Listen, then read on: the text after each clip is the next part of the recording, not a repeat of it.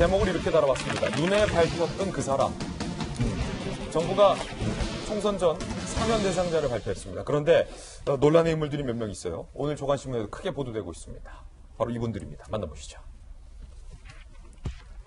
한 조간신문에서는 문재인 정부가 사면의 원칙을 뒤집고 특별 사면을 했다라는 논란을 제기하기도 했습니다. 광노현 서울시 교육감인데요. 공직선거법상 후보자를 매수하려 했던 게 유죄를 선고받았습니다. 후보자를 매수한 자도 이번 특별 사면이고, 이광재 전 강원지사는 불법 정치 자금을 9만 5천 달러를 받았다는 것을 유죄로 선고받았어요.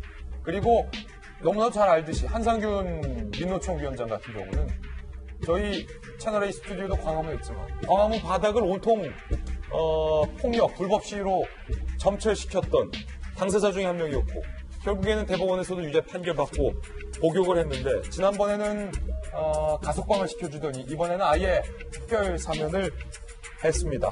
야당에서는 강하게 비판을 했습니다. 전희경 대변인의 목소리 들어보시죠. 대통령의 사면권마저도 오로지 정권을 위해 휘두른 대통령입니다.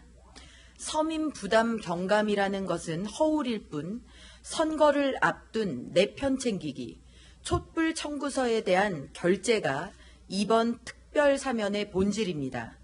코드 사면의 선거 사면입니다.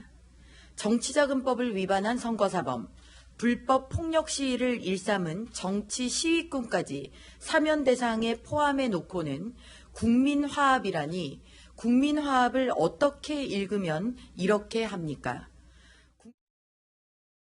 특히나 논란이 많습니다만 이 광노현 전 교육감 같은 경우는 후보자를 매수하려 한 혐의가 유죄로 인정되는데 이걸 사면해줬다는 것도 논란이고, 특히나 문재인 대통령이 앞서서 한상균 민노총 위원장을 두고 마음에 걸린다라는 표현도 했었거든요.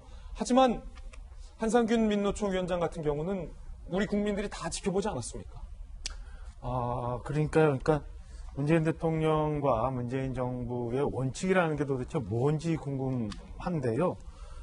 대통령은 정치인 사면 없다고 몇 번씩 말씀을 하셨는데도 이렇게 사면을 했습니다. 그리고 분명한 거는 지금 저희가 한 5천여 명 정도의 사면 인사가 있지만은 대표적으로 세 사람에 대해서 얘기를 하는 이유는 뭐냐면, 얼마 전 대통령 임기가 2년 반 정도라서 이제 돌아가는, 꺾이는 시간을 지나갔죠.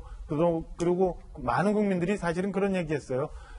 좀 통합하고 앞으로 나갈 수 있는 일을 좀 해보자. 국론이 너무 분열되어 있다라고 얘기를 했고, 그런 주문을 많이 했습니다만, 그리고 어제 사면을 하면서 청와대는 국민 통합을 위해서 이런 사면을 했다고 합니다만, 저는 앞으로 남은 기간 동안 대통령과 문재인 정부가 가려고 하는 분명한 길을 보여준 것 아닌가라는 생각이 듭니다. 우선 공직선거법상 후보자를 매수해서 잘못됐다는 광노현 서울시 교육감, 전 교육감, 그동안 엄청난 지지세였던 전교조 분명히 쳐다봤을 거라고 저는 생각해요.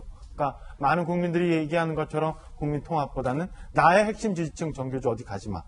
그 다음에 한상균 전 민노총 위원장 불법 시위하면서 그렇게 많이 국민들한테 힘들게도 했고, 그 다음에 현행법상 문제가 있었던 사람이지만 현재 그래도 민노총이 정부 정책에 자꾸 어깃장을 놓고 반대를 하니까 민노총 너희들 나 같이 가. 나머지 국민들 필요 없어.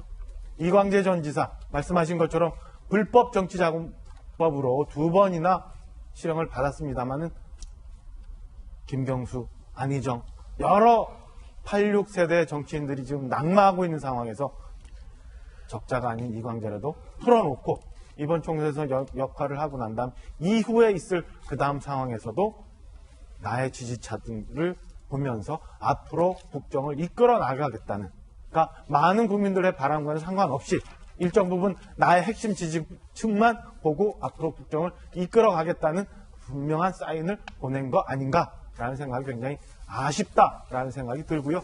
앞서 말씀드린 것처럼 과연 대통령의 원칙은 어디가 있는 건지 다시 한번 물을 수밖에 없는 상황입니다. 예, 김한규 변호사님, 특히나 이 선거법 위반 중에서 후보자 매수는 조금은 그래도 가장 형이 높은 좀 범죄가 아닌가라는 생각이 드는데, 이게 아이러니하다는 지적도 있어요. 지금 청와대가 지난번 울산 선거 과정에서 이른바 후보자를 매수하려 한 건 아니냐라는 의혹까지 일각에서 제기하고 있는데, 그런 청와대가 후보자를 매수했던 사람을 사면한 것은 아이러니하다, 뭐 이런 지적도 나오고요.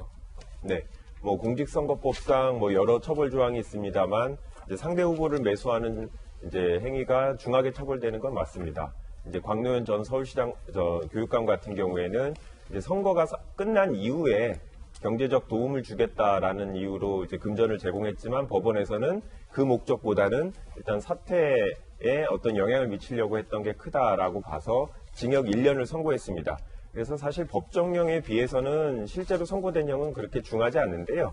그래도 다만 이제 선거 비용 35억 2천만 원, 그러니까 당선 무효가 됐기 때문에 이 부분에 대해서 광노현 교육감이 국가에 환수해야 되는 부분은 여전히 남아있고 그렇군요. 그 부분까지는 이제 사면 대상에 포함되지 않은 것으로 보이고요. 이번에 사면은 사실 정치인들이 많이 들어있습니다만 이 문재인 대통령이 원래 이제 5가지 범죄, 그러니까 뇌물, 알선수재, 알선술의 개인 횡령 이 5가지 범죄를 저지른 사람은 사면하지 않겠다고 했고 이 원칙은 그대로 유지된 것 같고요. 조금 더 중요하게 봐야 될 부분 중에 하나는 양심적 병역 거부 사범에 대해서 1,800명 정도가 이제 복권이 됐는데 이 전체적으로 지금 사면이 된 나머지 대상자들 수많은 일반 서민들도 많기 때문에 그 부분도 한번 같이 지켜봤으면 하는 바람이 있습니다. 예, 사면과 관련한 이야기까지 전해드렸습니다. 이번엔 저희가 준비한 다음 순서입니다. 오늘의 하프 시간인데요. 오늘은 과연 어떤 분들이 하프 4인방에 선정됐는지 함께 보시죠.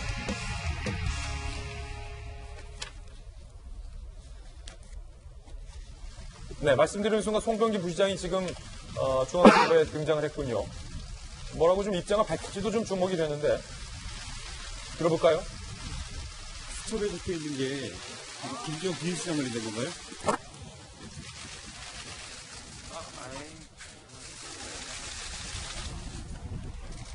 네, 그냥 들어갔습니다.